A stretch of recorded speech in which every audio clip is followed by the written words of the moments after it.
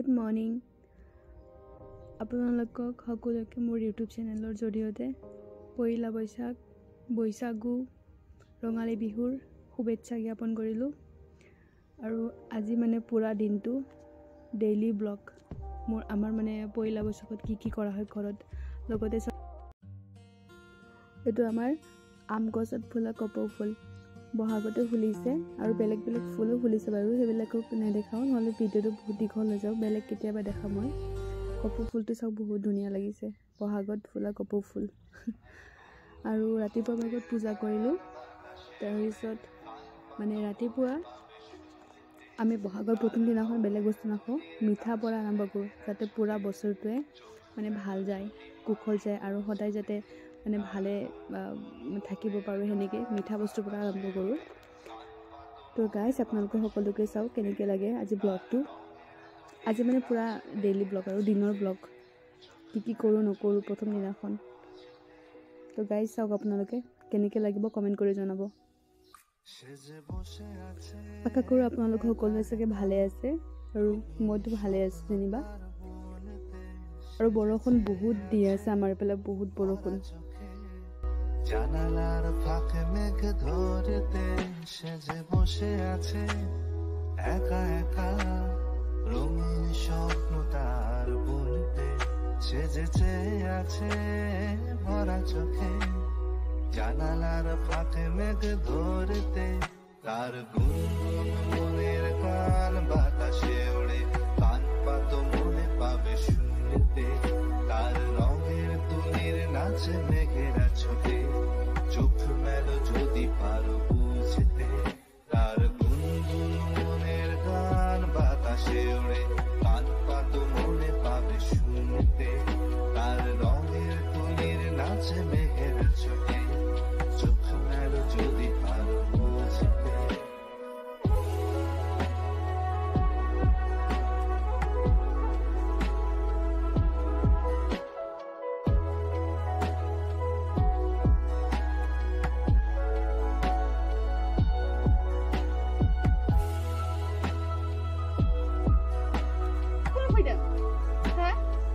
deh Anfia nengah Anfia kelumpidan ayo ronggalu nih bahai ronggalu ronggalu apa nonton sih ada di nengah anu deh bahai deh inspai bahai mite jafi deh বহাগৰ প্ৰথম দিনাখন মানে আমি সকলোৱে মানে আমাতকে ডাঙৰ মানুহ যিমান আছে উচ্চৰে পাজৰে সবকে মানে প্ৰণাম কৰোঁ আশীৰ্বাদ ল'বৰ কাৰণে মানে নিয়ম হয় আমাৰ ইয়াতে এটো সবে কৰে মা পাপা ঘৰৰ যিমান আছে উচ্চৰে পাজৰে যিমান আছে তো সন্ধিয়া চাব সন্ধিয়া আমাৰ ঘৰত কেনেকা মানে গাঁৱৰ মানুহ আহি সবে প্ৰণাম কৰি কৰিছে আৰু আমিও যাওঁ বহুতো ঘৰতে যাওঁ প্ৰণাম কৰোঁ উচ্চৰে পাজৰে যিমান মানুহ আছে এটো পুৰা গা চা ধুই পূজা চূজা কৰি মিঠা চিঠা খাই প্ৰণাম কৰিবলৈ ষ্টাৰ্ট কৰিলে সবে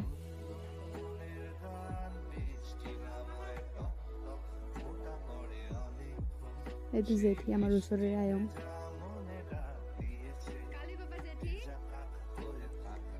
এইটো আমাৰ আইতা কেতিয়াও শাৰী মেখেলাৰ বাহিৰে বেলেগ বস্তু একো পিন্ধি পোৱা নাছিলে এবাৰ প্ৰথমবাৰ নাইটি পিন্ধিছে গাইজ কমেন্ট কৰিবচোন কেনেকৈ লাগিছে আমাৰ আইতাক আজি আমি মানে সবে নতুন কাপোৰ পিন্ধো পুৰণা কাপোৰ কোনেও নিপিন্ধে ঘৰত এটা সৰু হলেও নতুন কাপোৰ পিন্ধিব লাগে আমাৰ নিয়মত এটো মোৰ দিদা আৰু এটো মোৰ আবু দুজনী বিয়াইনী আৰু নানীহতো আমাৰ ঘৰত আহিছে সেৱা কৰিবলৈ ওচৰৰে হয় নানীহতে আমিও যাম সন্ধিয়া হলে এদিন দুপৰীয়া মানে ভাত চাত বনাব লাগিব কাৰণে সময় নহব তো আমি মানে সন্ধিয়া যাম আৰু আমাৰ লগতে মিনু আশীৰ্বাদ দে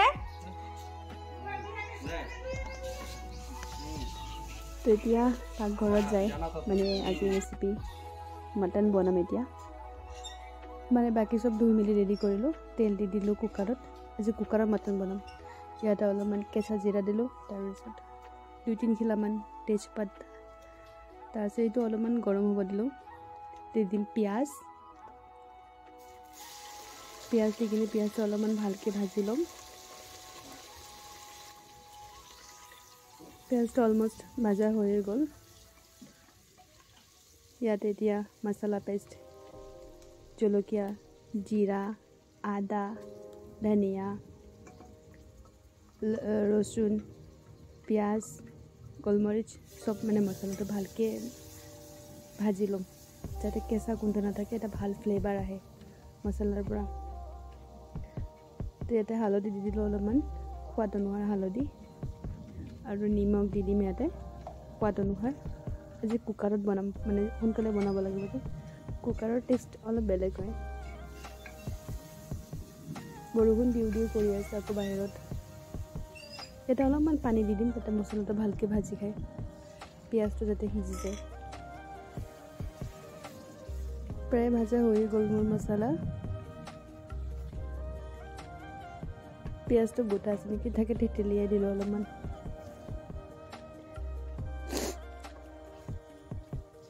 চৰ্দিও লাগিছে দেই বহুত। ইয়াতে এতিয়া মাংসটো দি দিম, পাঠা মাংস। কাৰেণ্টটো নাই, ৰাতিৰ পৰাই কাৰেণ্ট নাই, সেইকাৰণে অলপ আন্ধাৰ দেখি আছে।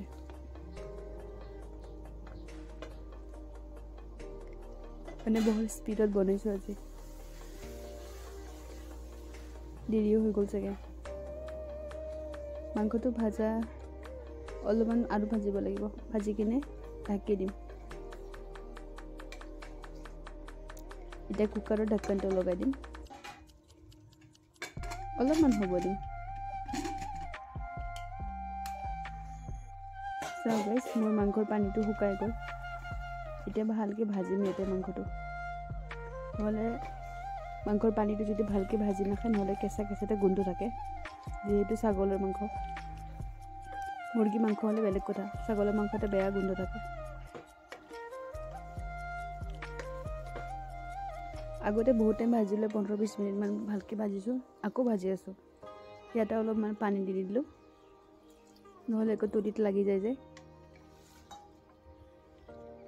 এতিয়া ইয়াতে ঢাকন লগাই দিম। তো গাইছ চাওক মোৰ মাংস কেনেকুৱা হৈছে অৱস্থা। ইয়াতে কেইটামান ৰচুন দি দিম, মানে মাংস নহৰু খাবলৈ মোৰ বহুত ভাল লাগে। আৰু আমাৰ ঘৰত 5টা পৰিয়াল, আমি 5টা পৰিয়ালত 10টা নহৰু দিছোঁ, এজনে দুটাকৈ খাম।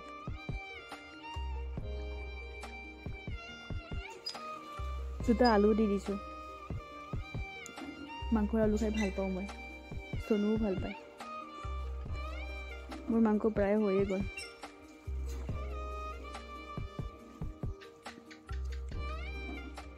কালাৰটো ভালে আহিছে, কিন্তু নাজানো খাবলৈ কেনেকুৱা হ'ব।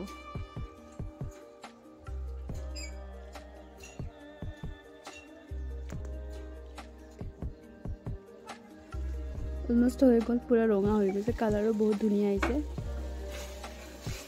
ইফালে মই গৰম মছলা ৰেডি কৰিছোঁ। এতিয়া গ্ৰেভিৰ কাৰণে পানী দিব লাগিব, গোটেই সিজি গ'ল। এতিয়া গ্ৰেভিৰ কাৰণে পানী দি দিম, যিমানটো পানী লাগে, মানে 4 ভাগৰ 1 ভাগ শুকাব, 3 ভাগ থাকিব। এনেকৈ অলপ বেছিয়ে পৰি গ'ল মোৰ পানীটো। ঢাকন লগাই 2টা চিটি মাৰিব দিম, 2টা চিটি মাৰিলেই হৈ যাব সিদ্ধ। আগতে ভালকৈ হৈছে, মাংস অলপ ভালকৈ নিসিজিলে খাব ভাল নালাগে। মাংসটো হ'ল মানে মই ভাতো বহাই দিলোঁ ইয়াতে, এটা কুকাৰত। পানীটো পূৰা জোখত দিওঁ মই। এফালে আৰু মাছ বনাব লাগিব। এইটো কি মাছ খুৱাব আপোনালোকে? টেঙা মাছ। নিমখ আৰু হালধি অলপমান ভালকৈ লগাই লৈছোঁ, মাছটো কৰকৰীয়াকৈ ভাজি ল'ম, নহ'লে আকৌ আমাৰ আইতা নাখায়। আমাৰ দিদা মানে মাংস নাখায়, দিদাৰ কাৰণে মাছ আনিছে। আমিও খাম বাৰু নতুন বছৰ যিহেতু।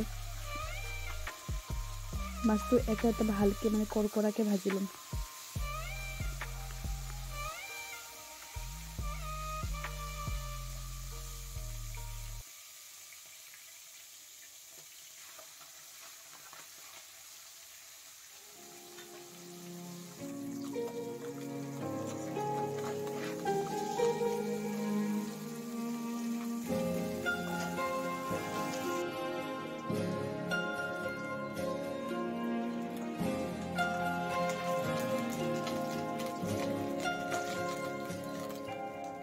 ঠিক এমন এভাবে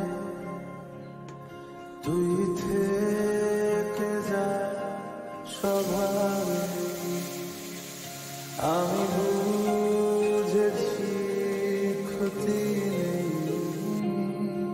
আর তুই ছাড়া গতি নেই ছুঁয়ে দে আগুন ফুটে যাবে ফুল ভিজে যাবে গা কথা দেওয়া গেলে যাবি চোখের বাইরে মা ছুঁয়ে দে আগুন ফুটে যাবে ফুল ভিজে যাবে গা কথা দেওয়া গেলে যাবি চোখের বাইরে মা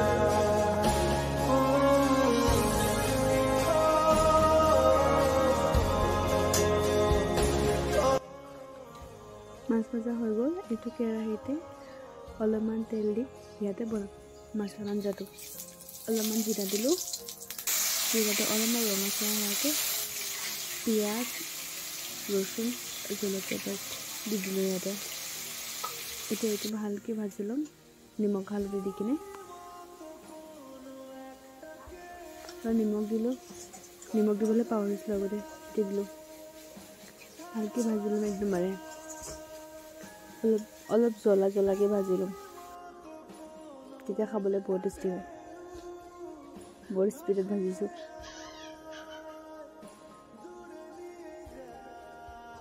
মোৰ প্ৰায় মছলা ভাজা হৈ গ'ল। এতিয়া পানী দি দিম। পানীটো 2 ভাগ শুকাই যাব আৰু 1 ভাগ থাকিব। এনেকুৱা পানী দিছোঁ, খুব বেছি পানী নহয়, জাষ্ট অলপ গ্ৰেভি বনাম মাছটো।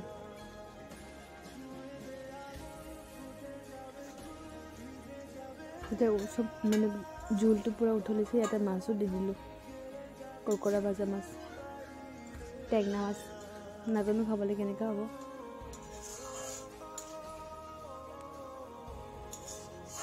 এতিয়া এইটো অলপমান ঢাকি দিম।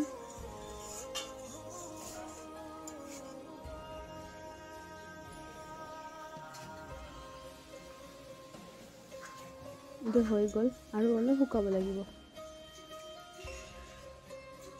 তো গাইজ চাওক, মোৰ মাছৰ আঞ্জা হৈ গ'ল। এতিয়া এটা প্লেটত উঠাই ল'ম। বাকী মোৰ যিমান কাম আছে চব কৰি কিনে ভাত খাম। বাচন চাচন মাজিব লাগিব, কিবা কিবি আছে কাম।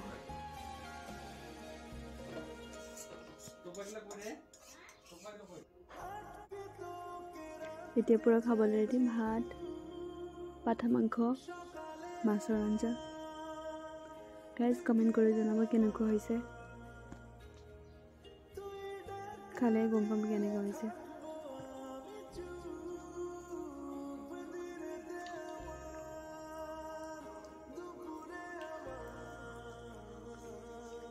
মাছটো অলপ ভালেই হৈছে, বেয়া হোৱা নাই।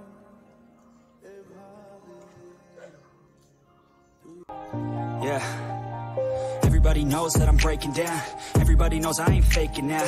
Everybody knows my heart's vacant now. Yeah, she hates me now, I made mistakes but now I don't ever wanna be alone. I don't really ever feel at home. On my own, in the zone, that's the only way I know. Feeling low, about to blow back up. Here I never let the doubt creep in. Gotta pop a couple more aspirin. I don't think I'll ever let you in. Easier to break it off best friends. I don't really understand myself. I don't really understand, need help. I don't wanna be left on the shelf. Couldn't even hear me if I yelled. It's so cold outside, I'm alone, I'm alright. It's so cold outside, I'm alone.